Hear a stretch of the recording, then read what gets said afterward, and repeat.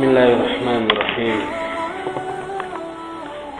Innal hamdalillah nahmaduhu wa nasta'inuhu wa nastaghfiruh wa na'udzu billahi min shururi anfusina wa sayyiati a'malina. May yahdihillahu fala mudilla lahu wa may yudlil fala hadiya lahu. Wa asyhadu an la ilaha illallah wahdahu la syarika lah wa asyhadu anna Muhammadan 'abduhu wa rasuluh. Ya ayyuhalladzina amanu taqullaha haqqa tuqatih wa la tamutunna illa wa antum muslimun. Wa ba'd. Fa inna asdaqal hadithi kitabullah wa khairal hadyi hadyu Muhammadin sallallahu alaihi wa alihi wa sallam wa syarral umuri muhdatsatuha wa kullu muhdatsatin bid'ah wa kullu bid'atin dhalalah wa kullu dhalalatin finnar. قال الله تعالى في كتابه الكريم أعوذ بالله السميع العليم من الشيطان الرجيم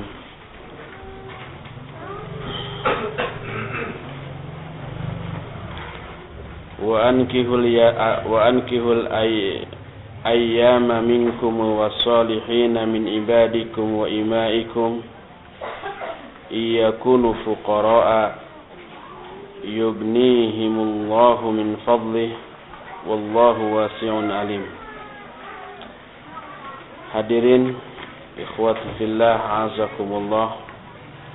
Alhamdulillah, di siang hari yang mendung ini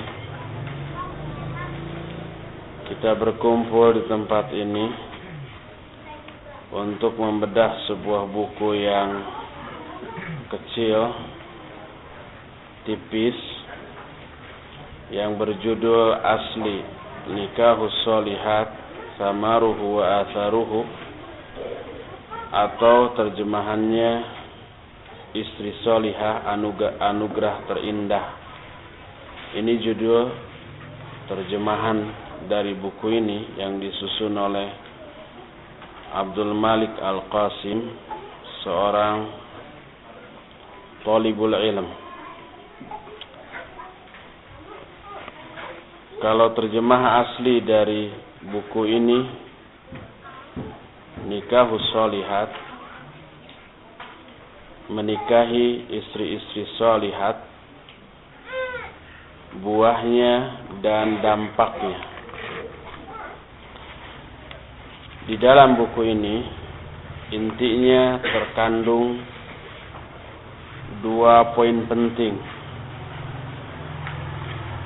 Poin yang pertama, buah dari memiliki istri yang sholihah. Poin yang kedua berisi kisah-kisah baik para sahabat ataupun para ulama tentang kehidupan rumah tangga mereka yang terbentuk dari seorang suami yang sholih dan istri yang sholihah.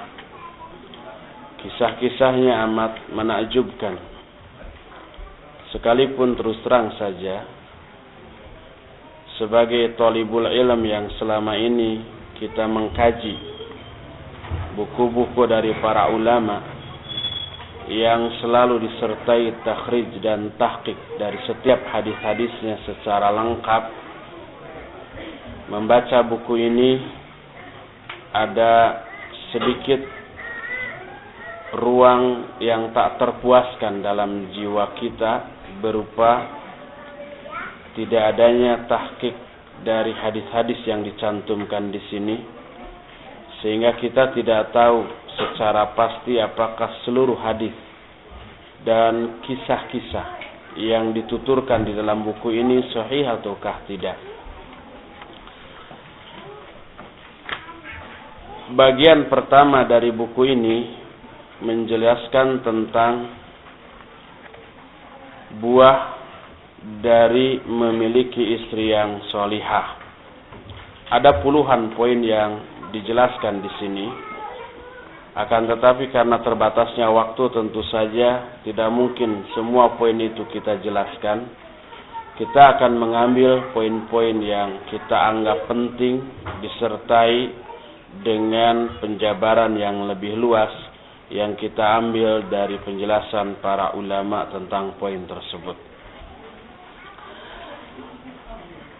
Buah pertama dari menikahi istri yang solihah disebutkan di sini, bernilai taat kepada Rasul sallallahu alaihi wasallam, karena Nabi menganjurkan untuk menikah dengan sabdanya, ya ma'syarus sabab, man istata'a minkumul ba'ah falyatazawwaj fa innahu aghaddu lil basar wa ahsanul faraj.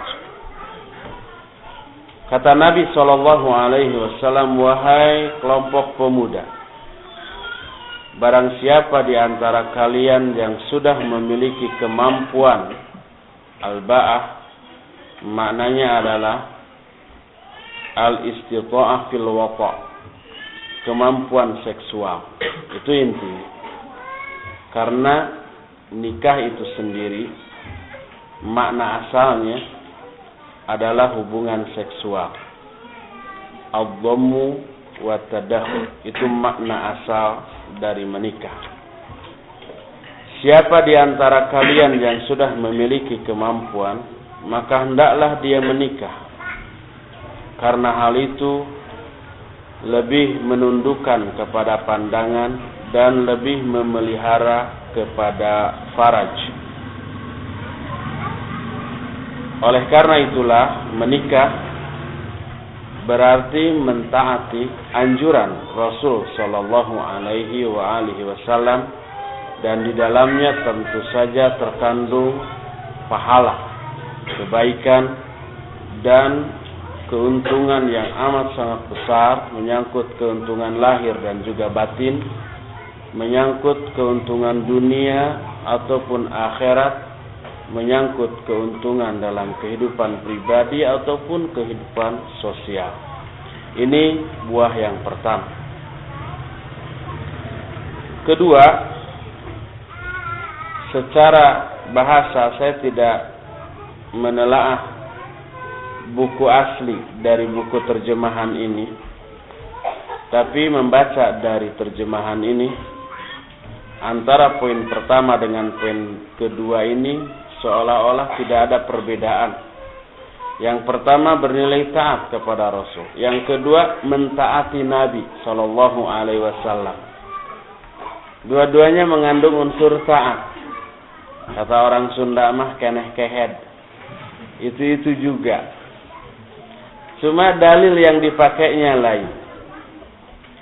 Kata Nabi sallallahu alaihi wasallam dalam sebuah hadis, di dalam buku ini disebut muttafaqun alaih. Syekh Muqbil bin Hadi Al-Wadi rahimahullah menyatakan hadis ini diriwayatkan oleh Imam Muslim. Terdapat dalam kitab Sahih Muslim hadisnya nomor 1086. Nabi alaihi salatu wassalam dari Abu Hurairah menyatakan, tunkahul mar'atu li arba'in, limaliha wa lihasabiha wali jamaliha fadfar bidati din taribat yadak. Kata Nabi SAW, umumnya wanita dinikahi karena 4 hal. Pertama karena harta, kedua karena kehormatan keluarga, ketiga karena kecantikan, dan keempat karena agama. Maka nikahilah karena agamanya, maka kamu akan beruntung. Kata Syekh Muqbil, makna hadis ini bahwa manusia terbagi ke dalam 4 kelompok ketika memilih calon pasangan hidup. Kelompok pertama ada orang yang menikahi wanita karena kekayaannya. Kelompok kedua ada juga yang menikahi wanita karena kehormatan.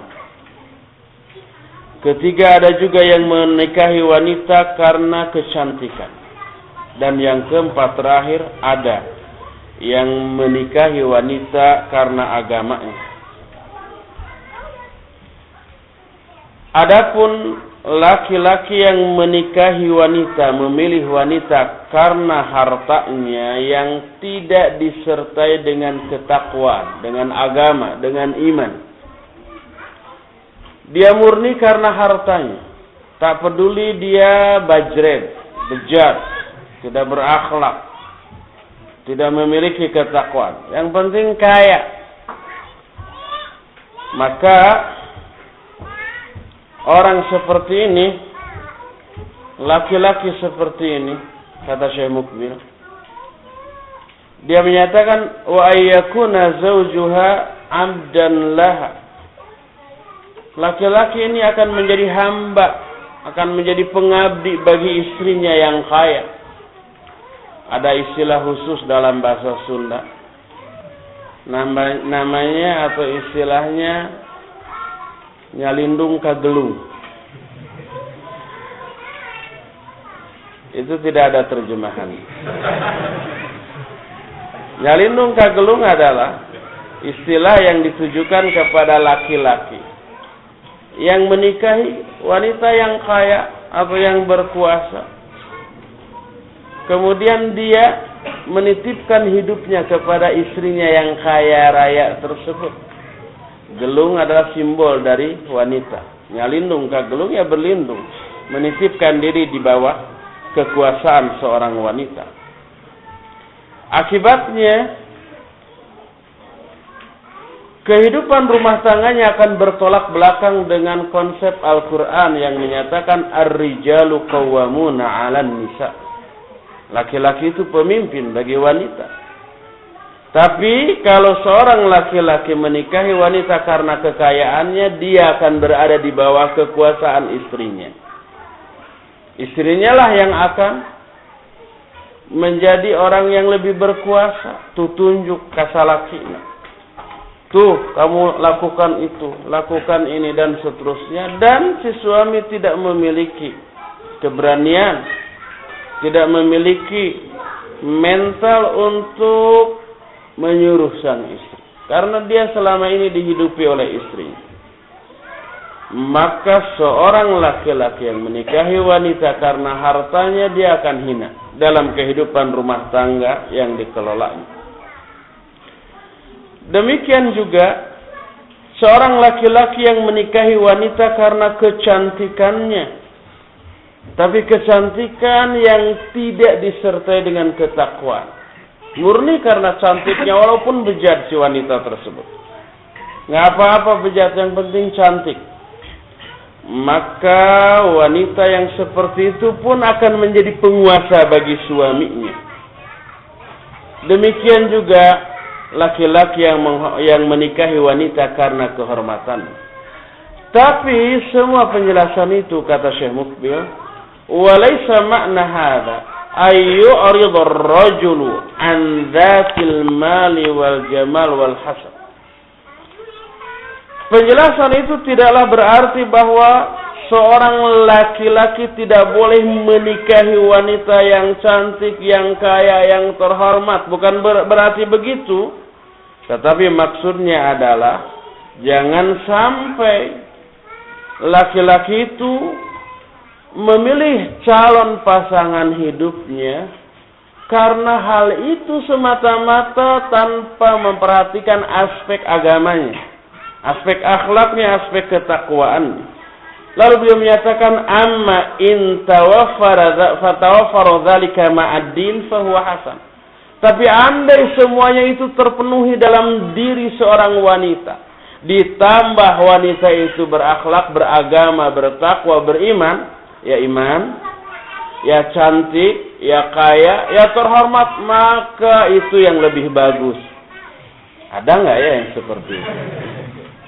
Kalau ada beruntung sekali laki-laki yang memperoleh seperti itu. Yang dimaksud zatuddin, wanita yang memiliki agama, maksudnya hiya sahibatut taqwa. Tuhafidhu ala ma aujabahu Allahu 'alaiha wa tajtanibu nawahih. Yang dimaksud wanita yang memiliki agama artinya memiliki kadar ketakwaan yang tinggi, memelihara apa saja yang Allah wajibkan kepadanya dan menjauhi semua yang dilarangnya. Allah menyatakan dalam Al-Quran surah An-Nisa ayat 34, "Fas-salihatu qanitatun hafizatun lil ghaibi ma hafizallah." Wanita-wanita yang salihah adalah yang qanitat, yang kata Al-Imam Ibnu Katsir rahimahullahu ta'ala, qanitat itu al-muti'at lillah wa lirasulih wa li zawjiha. Qanitat adalah wanita-wanita yang taat kepada Allah, kepada Rasul dan kepada suaminya. Yang ciri-cirinya disebutkan di sini hafizatun lil ghaibi ma hafizallah, yang mampu memelihara dirinya di saat suaminya tidak ada, di saat suaminya ghaib, di saat suaminya sedang berangkat keluar, baik mencari ilmu, mencari pekerjaan, jihad dan yang sejenisnya, maka dia memelihara kehormatan dirinya, kehormatan suaminya dan harta suaminya. Ini kriteria seorang wanita yang solihah. Wanita yang seperti ini yang menjadi kriteria utama untuk dipilih oleh seorang laki-laki untuk menjadi istrinya. Kemudian Syekh Mukbil menyatakan wa hakadzal mar'ah, demikianlah seorang wanita, alaiha an takhtara ar-rajula as-salihah, wajib juga bagi seorang wanita untuk memilih laki-laki yang salih. Betapa banyaknya seorang istri yang salihah, tapi dia memilih calon suami serampangan, tidak memilih suami yang sekufu dengan dirinya dalam hal kesolihan. Pokoknya mah asal akulah. Tidak peduli dia solih atau tidak. Asal ihwan. Padahal tidak semua ihwan solih. Kalau dikatakan semua ihwan tidak solih, agak mendekati kebenaran. Meren. Tapi kalau dikatakan semua ikhwan solih, ini tidak bisa dipertanggungjawabkan perkataan seperti itu. Banyak seorang wanita yang solihah memilih laki-laki secara serampangan. Akibatnya dia terseret oleh kebejatan suami, terpengaruh sedikit demi sedikit, baik pemikirannya yang sesat menyimpang, ataupun akhlaknya, ataupun kemalasan si suami dalam hal ibadah. Seperti yang pernah terjadi pada diri seseorang yang memiliki akidah yang lurus. Dia laki-laki, namanya Imran bin Hattan. Dia menikahi seorang wanita anak pamannya yang berfikrah khawarij. Dia menikahi wanita tersebut. Tujuannya amat sangat mulia. Ingin membimbing dia, ingin menggiring dia dari pemikiran khawarijnya kepada akidah yang lurus, yang benar. Tujuannya benar. Tapi dia tidak mempertimbangkan banyak aspek. Tidak mempertimbangkan kemampuan dan kekuatan dirinya. Tidak memperhitungkan kekuatan pengaruh istri tersebut. Apa akibatnya? Sedikit demi sedikit bukan dia yang membimbing istrinya, tapi dialah yang tergiring memiliki fikrah khawarij seperti yang dimiliki istri. Ini laki-laki terhadap wanita. Kata Syekh Mukbil, fal mar'ah min babi aula. Seorang wanita apalagi? Umumnya seorang wanita lebih mudah terpengaruh oleh laki-laki dalam segala hal, baik dalam fikrah, dalam pemahaman, dalam akhlak, dalam tingkah laku, maka sedikit demi sedikit terjadi perubahan pada diri si wanita itu karena keterpengaruhan oleh suaminya. Disinilah Nabi alaihi salatu wasalam amat sangat mewanti-wanti apabila kita secara umum baik laki-laki maupun wanita diwanti-wanti oleh Nabi sallallahu alaihi wasallam untuk memilih kawan bergaul yang baik-baik. Jangan memilih kawan bergaul yang jelek-jelek sebab akan mempengaruhi agamanya. Segala-galanya terpengaruhi. Itu kawan bergaul secara umum. Laki-laki mencari kawan bergaul dengan sesama laki-laki, pilih laki-laki yang saleh, yang berilmu, yang berakhlak. Wanita juga begitu. Apalagi yang lebih dekat, lebih intim dari pergaulan seperti itu, yaitu suami dan istri. Keterpengaruhannya jauh lebih besar daripada kawan bergaul seperti biasa. Dalam banyak hadis, di antara sebuah hadis yang diriwayatkan oleh Imam Bukhari dan Imam Muslim dalam dua kitab sahihnya.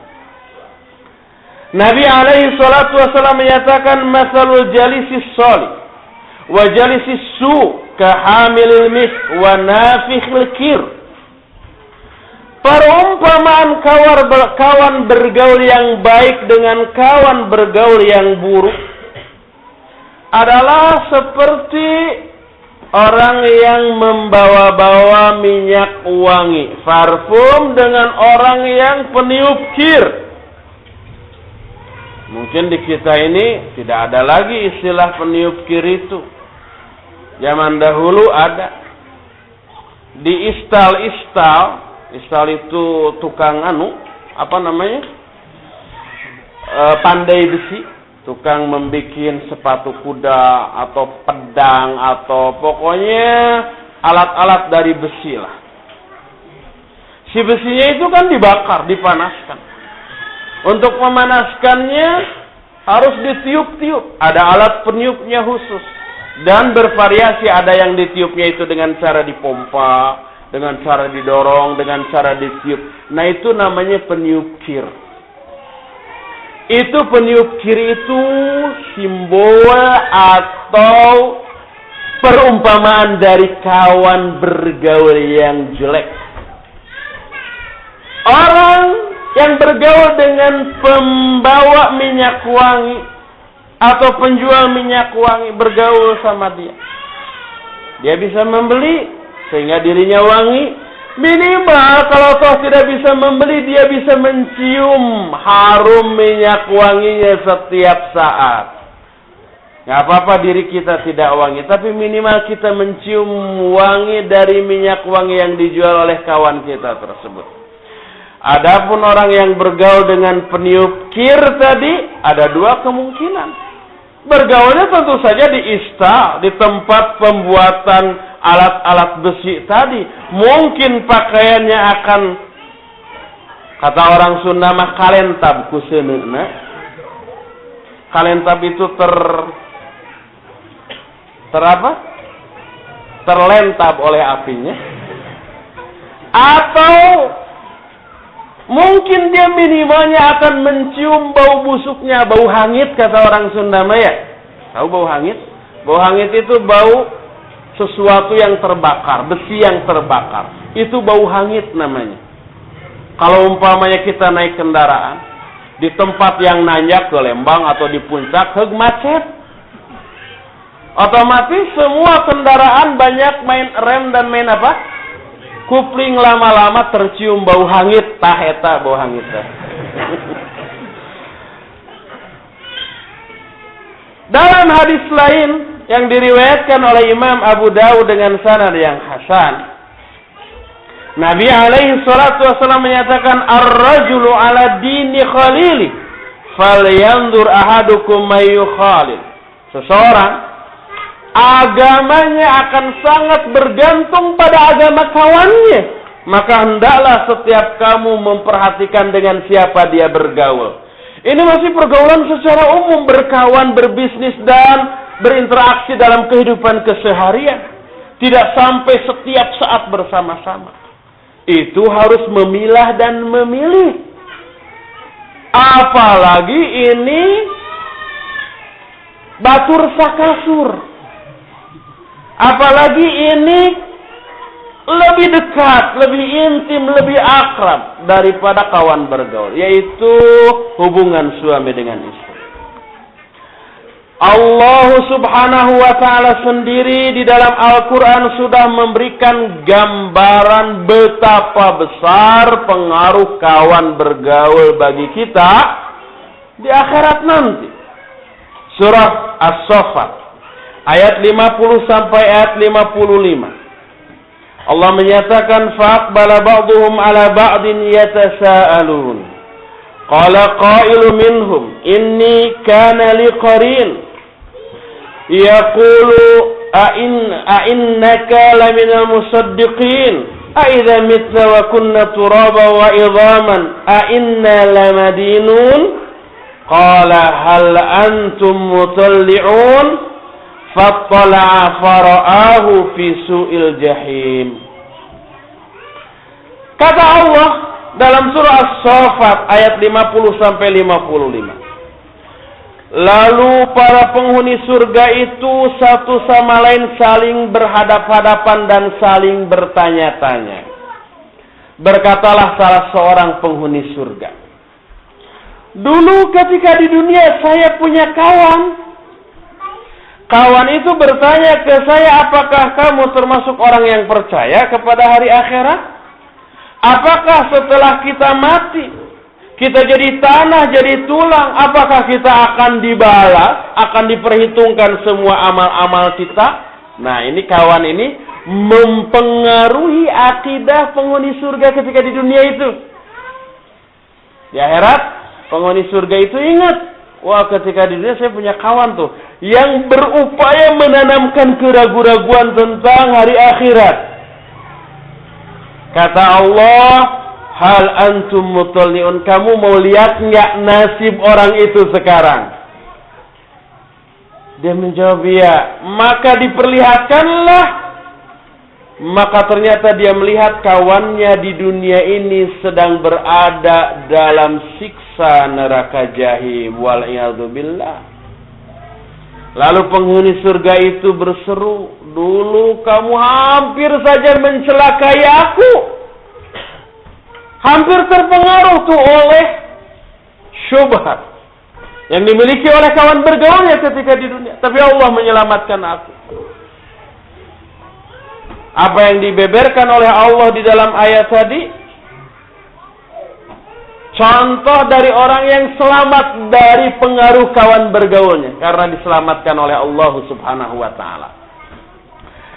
Dalam surah Fussilat ayat 25, Allah pun menjelaskan, wa qadayna lahum qurana fazayyanu lahum ma baina aydihim wa ma khalfahum wa haqqa 'alaihimul qawlu fi umamin qad khalat min qablihim minal jinni wal insi innahum kanu khasirin.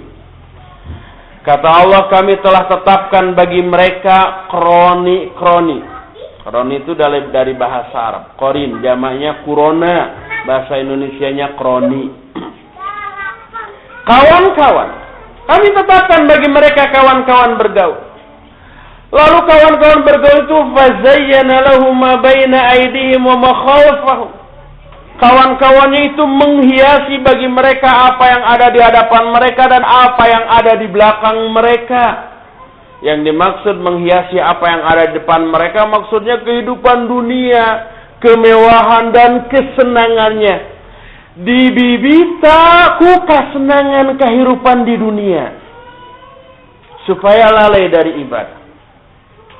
Adapun yang dimaksud dengan menghiasi apa yang ada di belakang mereka, yang di belakang mereka itu maksudnya adalah angan-angan, cita-cita, obsesi yang sebenarnya berupa sebuah utopia, khayalan yang tidak mungkin dicapai. Nah, kata Allah, kami telah tetapkan bagi mereka kawan-kawan yang seperti itu, dan telah tetaplah ketetapan kami atas mereka pada umat-umat sebelumnya yang telah berlalu sebelum mereka, bahwa banyak dari kalangan jin dan manusia yang rugi karena memiliki kawan-kawan bergaul yang buruk seperti itu. Oleh karena itulah maka wajib bagi kita, baik laki-laki maupun wanita, memilih kawan atau calon pasangan hidup. Laki-laki memilih calon istri, wanita memilih calon suami dari kalangan orang yang baik-baik, agar membawa pengaruh yang baik pula pada diri kita. Rasul sallallahu alaihi wasallam menyatakan, "Fadfar bidzatid din taribat yadak." Nikahilah wanita karena agamanya, maka kamu akan beruntung. Kamu tidak akan mengalami kerugian. Walaupun rupanya tidak begitu cantik, walaupun umpamanya kekayaannya tidak bisa dilihat karena tidak ada, walaupun kehormatannya juga berasal dari keluarga yang status sosialnya biasa-biasa bahkan rendah, akan tetapi apabila memiliki kesalihan, maka itulah yang bisa menjamin ketentraman hidup berumah tangga. Kecantikan, kekayaan, dan kehormatan itu sifatnya duniawi. Kebutuhan lahiriah yang lebih banyak lahiriahnya daripada batiniahnya. Dan semua yang namanya kesenangan duniawi itu semu dan terkena dengan apa yang disebut dengan bosan, kenyang. Betapa besarnya kebutuhan kita kepada makanan. Kita menginginkan makanan yang enak-enak. Tapi kalau yang enak-enak itu selalu terpenuhi, setiap hari terpenuhi, dah bosan. Kita menginginkan hobi kepada daging. Coba tiap hari makan daging, bosan. Suatu saat kangen lagi kepada peda. Begitu juga umpamanya kendaraan yang mewah umpamanya. Sebelum umpamanya kita punya kendaraan mewah, dibayangkan, wah kalau punya kendaraan enak sekali, nggak capek, nggak lelah, nggak berdesak-desakan, nggak mencium bau rokok, tidak kepanasan, tidak malu karena kurang ongkos ditagih oleh sopir gitu ya. Tidak harus ada beban mental, bayar ongkos angkot sambil lari karena kurang. Pengalaman antum.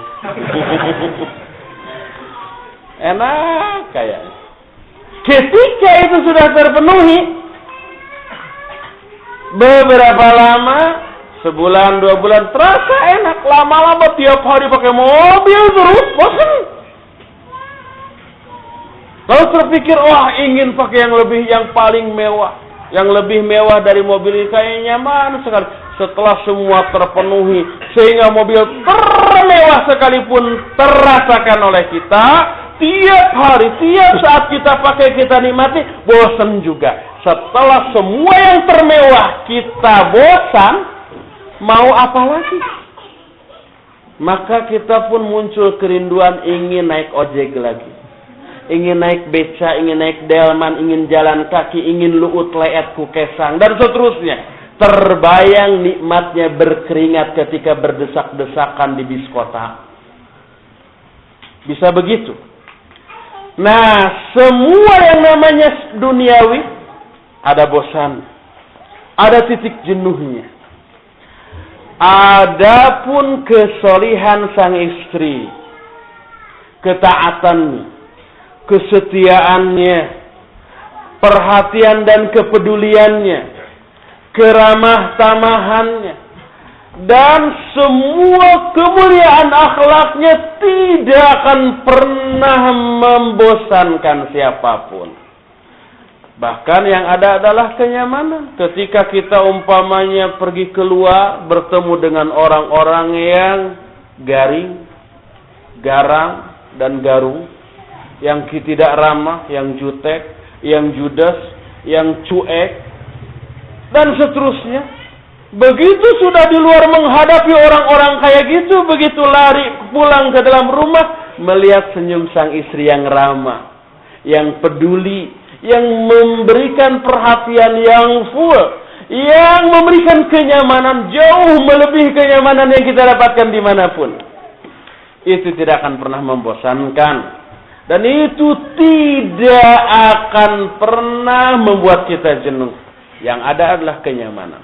Dan itu bersifat abadi. Setelah kita merasakan kenikmatan, kenyamanan, menerima perlakuan dan pelayanan istri yang salihah, muncul rasa simpati, rasa suka, rasa senang, maka semua pandangan kita kepada istri yang dilandasi dengan rasa suka, simpati, dan kenyamanan akan menghiasi fisik si istri dalam pandangan kita sehingga kelihatan cantik, kelihatan manis. Senyumnya yang kayak kata orang lain kayak vampir, oh kayak kita senyumnya luar biasa, menarik hatinya. Seperti itu. Coba umpamanya ya antum bayangkan, kenapa ini banyak orang yang memiliki pasangan hidup. Kalau laki-laki memilih wanita, disidik-sidik tidak cantik gitu. Atau wanita cantik, pasangan hidupnya jelek. Laki-laki yang ganteng, yang kasep, yang kayung-yung. Tapi istrinya kok tidak cantik amat. Kenapa bisa begitu? Kenapa bisa jatuh cinta kepada wanita yang tidak cantik? Itu disebabkan karena akhlak, karakter, perilaku dari orang yang dipilihnya. Coba aja umpamanya kita sehari-hari bertemu dengan banyak orang secara rutin. Umpamanya ketika kita sekolah di SD SMP nggak perlu dihitung lah, karena itu masih blow on kitanya. Mulai masuk SMA, sudah mulai agak jejeg nih. Kita bertemu setiap hari dengan kawan-kawan, lawan jenis kita. Ada begitu pertama kali kita bertemu dengan kawan wanita, ada seorang yang wajahnya cantik. Mulailah tertarik. Tapi karena setiap hari ketemu, lihat akhlak dan sifat dia, pika sebelin. Pelajarannya bodoh umpamanya.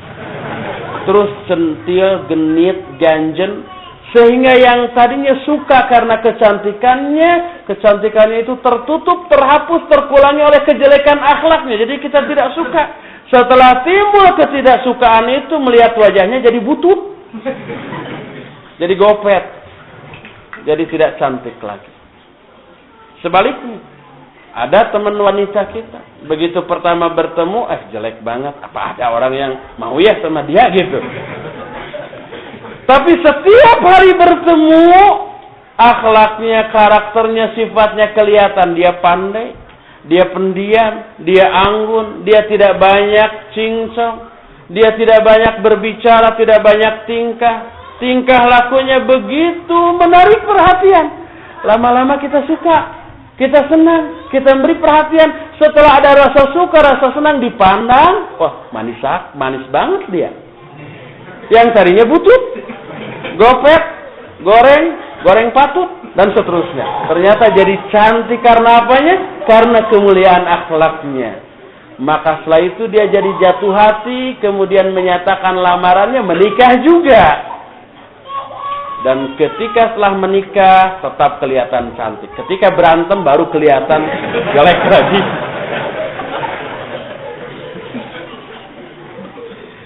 Ini poin yang kedua, bahwa wanita umumnya dinikahi karena 4 alasan. Umumnya. Dan alasan terbaik untuk menikahi seorang wanita adalah karena agamanya. karena akhlaknya, bukan karena yang lain-lainnya. Ketiga, poin ketiga yang ditulis oleh Abdul Malik Qasim, menjauhkan prasangka orang bahwa dia ini lemah syahwat, atau bahasa Inggrisnya impotent.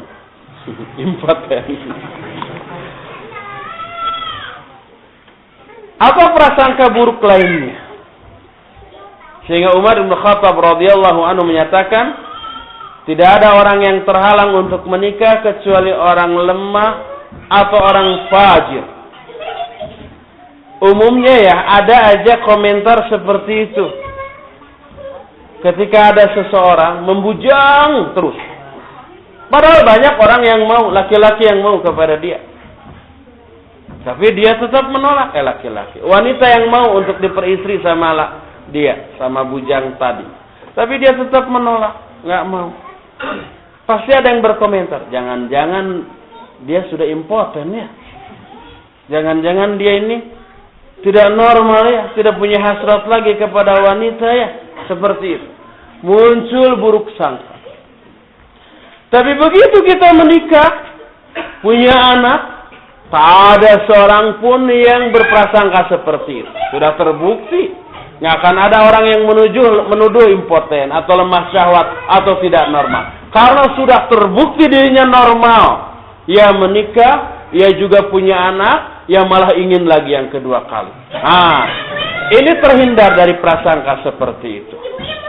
Sampai Abdullah bin Mas'ud radhiyallahu anhu menyatakan, seandainya umurku tidak tersisa kecuali cuma 10 hari lagi, maka aku sangat ingin menikah agar aku tidak menghadap Allah dalam keadaan membujang.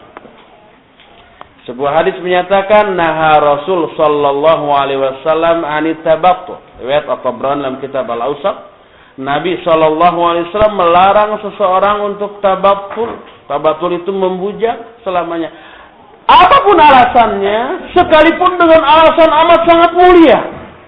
Umpamanya ingin membujang, tidak mau menikah itu agar tidak terganggu konsentrasi ibadah kepada Allah. Sebab kebayang dan melihat orang-orang yang sudah menikah ibadahnya kendor. Karena harus mikir nafkah, mikir mengurus istri, mikir mengurus anak. Mau umpamanya sudah azan, sudah wudu mau ke masjid, anaknya berteriak, papa ikut gitu ya. Padahal belum mandi, masih caludi dan seterusnya. Kata orang Sunda mah, aya nu ngarenghit sehingga ngaganggu karena konsentrasi ibadah yang dilakukan. Melihat semua itu udah saya nggak mau nikah agar ibadah lebih khusyuk. Sekalipun tidak menikahnya itu, membujang atau melajangnya itu, dalam rangka itu, dalam rangka memfokuskan dan mengkhususkan diri kepada Allah, tetap ini terlarang dan dicela oleh Nabi alaihi salatu wassalam. Saya yakin antum semua ikhwan dan akhwat pernah mendengar sebuah hadis tentang 3 orang sahabat ya. Saking ingin khusyuknya, ingin konsentrasi full untuk ibadah kepada Allah, ada yang menyatakan saya akan sholat terus, tahajud, tidak akan tidur-tidur. Yang kedua, saya saum terus, nggak buka-buka. Yang ketiga, saya nggak akan menikah selama-lamanya. Ketika sampai ini kepada Nabi Sallallahu Alaihi Wasallam dicela, kaliankah yang berkata begini? Demi Allah, aku orang yang paling bertakwa kepada Allah di antara kalian. Yang paling takut kepada Allah di antara kalian. Tapi aku sholat, aku pun tidur, aku saum, aku pun buka. Dan aku pun menikahi beberapa wanita. Siapa yang tidak suka kepada sunnahku, dia bukan umat. Motivasinya bagus. Untuk ibadah lebih bagus, berkualitas dan berkuantitas. Makanya tidak mau menikah. Itu tercela, terlarang. Apalagi kalau alasan membujang melajangnya bukan karena itu. Karena hal-hal lainnya, karena pertimbangan-pertimbangan lainnya, tentu saja lebih tercela lagi dan lebih terlarang lagi. Inilah keuntungan yang ketiga. Keempat, menghasilkan keturunan yang baik dan menyambung nasab. Dengannya, bahasanya kurang enak, dia bisa mendapatkan pahala. Sebagaimana sabda Nabi SAW, jika anak Adam mati, maka putuslah seluruh amalnya kecuali 3. Nabi menyebutkan diantaranya awwaladin sholihin yad'ulah, atau anak soleh yang mendoakannya. Sedangkan anak yang soleh adalah hasil didikan ayah dan ibu yang soleh. Bahkan seorang ibu lebih dominan dalam mendidik anak, terutama pada tahun-tahun awal pertumbuhan anak. Ini poin yang keempat. Nah, poin ini sebenarnya yang kemudian melahirkan sebuah buku. Bukunya saya bawa. Ini sangat bagus untuk dikaji ini. Kalau dalam Ahkamun Nisa ini bagus. Judulnya Manhajut Tarbiyatin Nabawiyah Litifl, metode pendidikan Nabi untuk anak-anak. Ini amat sangat bagus. Pendidikan dari segala macam aspek gitu ya. Dimulai dari pendahuluan, menjelaskan tentang tujuan pernikahan, terus sifat-sifat pendidik yang akan sukses dalam pendidikannya, dan seterusnya. Ini amat sangat bagus. Dari hasil pendidikan yang bagus, lahir anak-anak yang salih dan salihah. Dari anak yang salih dan salihah akan menyebabkan kita sebagai orang tuanya teraliri pahala yang tak terputus, bukan hanya sekedar seumur hidup, tapi setelah kita mati pun pahala dari anak soleh, hasil didikan kita akan mengalir terus ke alam kubur sampai hari kiamat. Ini melebihi investasi pada sebuah perusahaan yang amat sangat super maju. Umpamanya kalau ada sebuah perusahaan maju, dalam satu hari keuntungannya itu bisa 2 miliar. Lalu dia membuka kesempatan pada kita untuk investasi 1 juta aja. 1 juta investasi yang kita tanam menghasilkan sebulan 10 juta. Ada yang mau nggak kira-kira? Pak boro-boro atuh. Modal 1 juta, sebulan jadi 10 juta.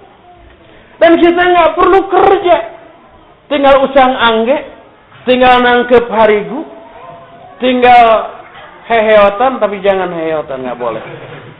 Maka keuntungan tiap bulan dari 1 juta jadi 10 juta. Ada yang mau begitu? Wah, Pak boro-boro. Ini lebih dari itu. Satu pendidikan yang baik yang kita tanamkan kepada anak menjadi anak yang soleh dan solihat. Apapun yang diamalkan oleh anak itu berupa kebaikan, pahalanya mengalir ke dalam diri kita sekalipun kita sudah mati. Idza mata ibnu Adam inqata'a amaluhu illa min 3. Kalau seorang anak Adam mati, putus semua amalnya. Maksudnya pahala dari semua amalnya putus. Pahala sholat putus, sebab kita nggak bisa sholat lagi kalau udah mati. Pahala saum begitu, pahala baca Quran begitu, pahala yang lain-lain putus kecuali 3. 1 amal jariah, 2 ilmu yang bermanfaat, dan yang ketiga anak soleh yang mendoakan orang tuanya. Setidak-tidaknya dalam diri anak soleh terkandung 2 di antara 3 ini, bahkan 3-3-nya sekaligus. Minimal 2 di antara anak soleh itu sendiri yang doanya sampai ke kita. Maksudnya pahala dari doanya sampai ke kita. Yang kedua, ilmu yang bermanfaat yang kita ajarkan kepada anak. Setiap kali si anak yang kita didik tersebut mengamalkan ilmu dari kita, si anak itu memperoleh pahala dari amalan itu. Kita pun yang mendidiknya, yang mengajarnya, memperoleh pahala dari amalan anak kita. Sampai kita mati, anaknya terus beramal. Setiap kali beramal kita kebagian pahala. Kalau anak kita mengajarkan lagi ilmu yang dipelajari dari kita kepada muridnya, anak kita jadi hebat, punya 1000 murid. Setiap 1000 murid mengamalkan ilmu yang bersumber dari kita yang diajarkan oleh anak kita, setiap itu pula kita memperoleh pahala dari 1000 amalan anak-anak murid anak kita itu. Wah, ini investasi yang luar biasa besar dan menguntungkannya di akhirat nanti. Oleh karena itulah, maka memiliki anak yang saleh adalah sebuah kebanggaan, sebuah investasi yang amat sangat menguntungkan. Dan anak soleh tidak mungkin lahir dari seorang pendidik yang bejat.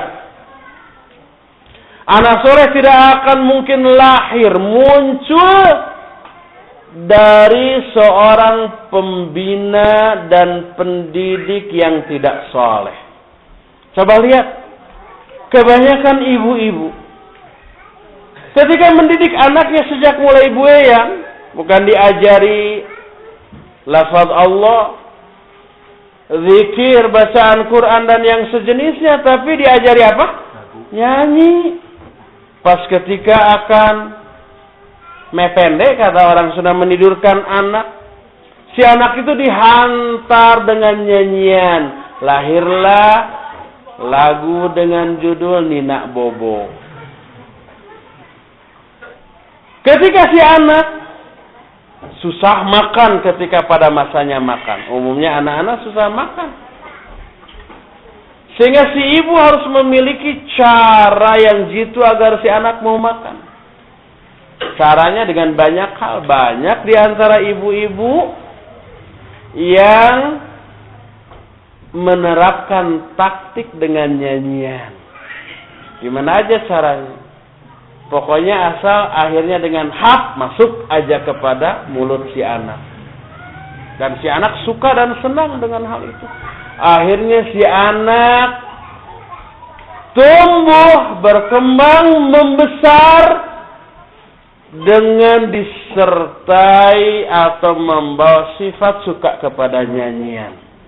Kalau sudah suka kepada nyanyian, maka dia tidak akan suka lagi kepada bacaan Al-Quran. Mungkin obsesinya nanti jadi penyanyi. Mungkin obsesinya nanti dia jadi artis. Mungkin obsesinya dia jadi orang yang seperti itu. Akhirnya bejatlah anak itu. Ini karena ketidakbenaran si ibu. Jadi anak yang saleh tidak mungkin lahir dari seorang ibu yang tidak saleh. Disinilah kita memandang pentingnya memiliki istri yang salihah. Karena istri yang salihah memiliki pengaruh yang besar untuk bisa mendidik anak-anak kita menjadi anak-anak yang saleh. Setiap kali akan melakukan apapun, si ibu menekankan, berdoa dulu. Ketika akan makan, bismillah dulu. Sebelum dia mengucapkan bismillah, tidak dulu. Bismillah sayang, bismillah. Bismillah. Setelah makan, ayo berdoa, dibimbing. Sehingga si anak terbiasa. Ketika mau ke WC, jangan lu masuk. Doa dulu. Apa doanya coba? Diajarkan dulu. Setelah bisa, dibacakan. Baru masuk. Ketika di dalam WC, si anak yang bawel mau bertanya, Umi, ini apa dan itu apa? Dalam WC nggak boleh ngomong, nanti di luar nanya ya, jempek dia. Ketika keluar, jangan dulu keluar. Langkah mana yang kaki yang mana keluar? Oh ini dulu. Doanya apa? Oh ini dulu. Dibiasakan, itu ada hal sehari-hari begitu.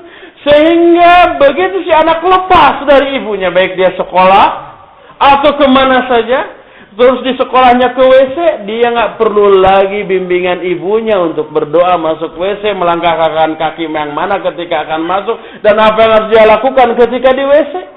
Ketika pas Cingogo mau BAK umpamanya atau BAB, menghadapnya ke arah atau membelakangi kiblat, kita beritahu menghadapnya ke arah sana.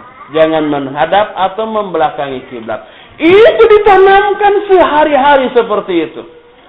Sehingga si anak terbiasa mengamalkan sunnah sejak kecil.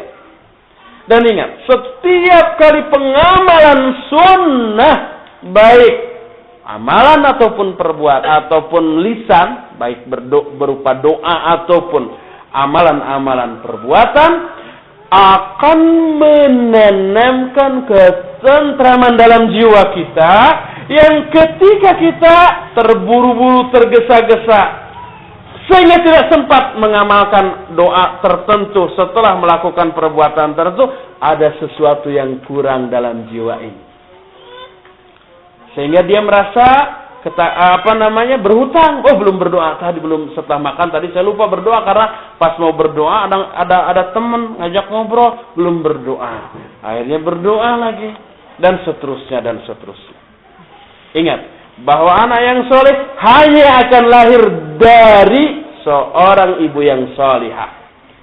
Disinilah kita melihat betapa amat sangat pentingnya memiliki istri yang solihah untuk menjamin solihnya anak-anak kita kelak di tangan istri kita.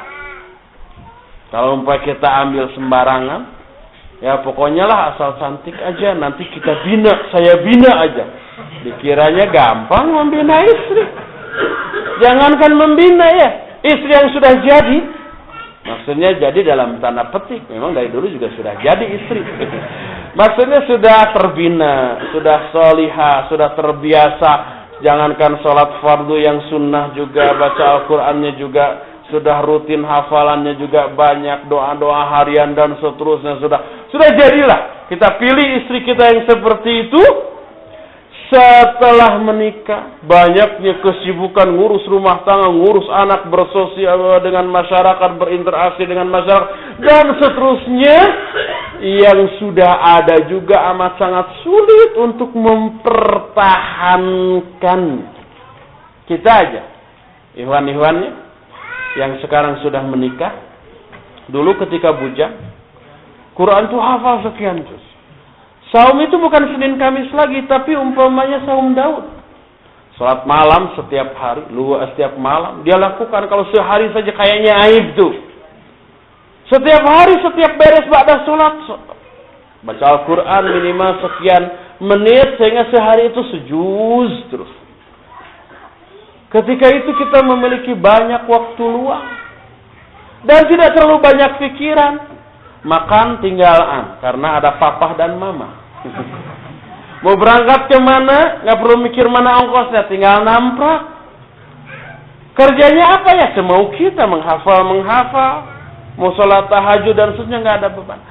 Setelah menikah, berpisah dari orang tua, punya tanggung jawab istri, apalagi punya anak. Nah, mulai pikiran terongrong oleh berbagai macam kewajiban. Bagaimana makan anak istri kita besok? Bagaimana kesehatannya? Apakah masih sesehat sekarang ataukah besok tiba-tiba terserang mencret wae? Dan seterusnya. Mulailah kekhusyuan salatnya terganggu. Kadar kekhusyuannya menurun sedikit demi sedikit. Itu berdampak pada semangat ibadahnya. Mulailah tahajudnya berkurang. Mulailah saumnya berkurang. Mulailah bacaan Al-Qur'annya berkurang. Menurun dari semua aspek sedikit demi sedikit tanpa disadari. Sadar-sadar telah amat sangat parah. Itu yang tadinya hebat. Yang ketika bujang dan lajangnya merupakan ikhwan dan akhwat super pilihan. The best pada masanya. Setelah menikah, semuanya itu berkurang sedikit demi sedikit dan begitu sadar keadaannya sudah sangat parah. Itu milih akhwat atau ikhwan terbaik. Sekarang muncul ikhwan atau akhwat yang jagoanan. Saya mah, yang penting malah dia berpendidikan dan cantik. Adapun agamanya biar saya bina sendiri. Ya jagoan. Jangan berpikir seperti itu. Itu poin yang keempat. Kelima. Pahala yang akan diperoleh oleh pasangan suami istri setiap kali berinfak. Menolong, mengucapkan kata-kata yang baik dan menyingkirkan gangguan. Seperti yang disabdakan Nabi alaihi salatu wasallam, "Ma kasabar rajulu kasban atyaba min amali yadi Wa man faqar rajulu 'ala nafsihi wa ahli wa waladihi wa khadimihi fa huwa lahu shadaqah. Kata Nabi sallallahu alaihi wasallam, tidaklah seorang laki-laki melakukan satu pekerjaan yang lebih baik daripada amalan atau pekerjaan dari tangannya sendiri. Dan tidaklah dan apa saja yang diinfakkan oleh seorang laki-laki baik untuk dirinya, untuk keluarganya, untuk anaknya, untuk pembantunya, maka itu dihitung sedekah. Ketika kita sedang santai, torojol anak kita, abi minta jajan tuh ada tukang es, kasih sini cepek, kasih cepek sama kita. Itu sedekah loh. Ketika umpamanya kita sedang baca buku atau apa, torojol istri kita, abi itu ada tukang bakso, minta seceng, dikasih oleh kita seceng. Itu infak atau sedekah, sebab lapar dari tadi belum makan umpamanya. Apa saja yang kita nafkahkan untuk istri, untuk anak, untuk pembantu, itu dihitung sebagai satu sedekah. Tapi ini ingat, tidak boleh jadi dalil untuk pelit kepada orang lain. Mana infaknya sedekah? Wah, saya sudah setiap hari infak sedekah ke istri saya, anak saya. Bahkan hadis menyatakan sedekah yang paling baik adalah kepada keluarganya, kepada istrinya. Dan saya ingin sedekah terbaik. Pelit itu mah. Betul, itu terbaik, tapi tidak berarti itu jadi penghalang kita untuk sedekah ke yang lain, untuk infak kepada yang lain, sama sekali. Sebuah hadis yang diriwayatkan Imam At-Tirmidzi menyatakan la ya'kulu ta'amaka illa taqiyun. Kata Nabi SAW, tidak ada yang tidak layak, tidak boleh ada yang memakan makananmu kecuali orang yang bertakwa. Ini umum, tapi tercakup atau include di dalamnya, termasuk di dalamnya istri dan anak-anak kita. Salah satu alasannya Syekh Muhammad Shalih Al-Utsaimin rahimahullah dalam kitab Syarah Riyadhus Shalihin menjelaskan, kenapa jangan sampai ada yang memakan makanan kita kecuali orang yang bertakwa? Sebab orang yang bertakwa dari darah dan daging yang tumbuh dalam dirinya, dan darah daging itu bersumber dari makanan yang dimakannya kan.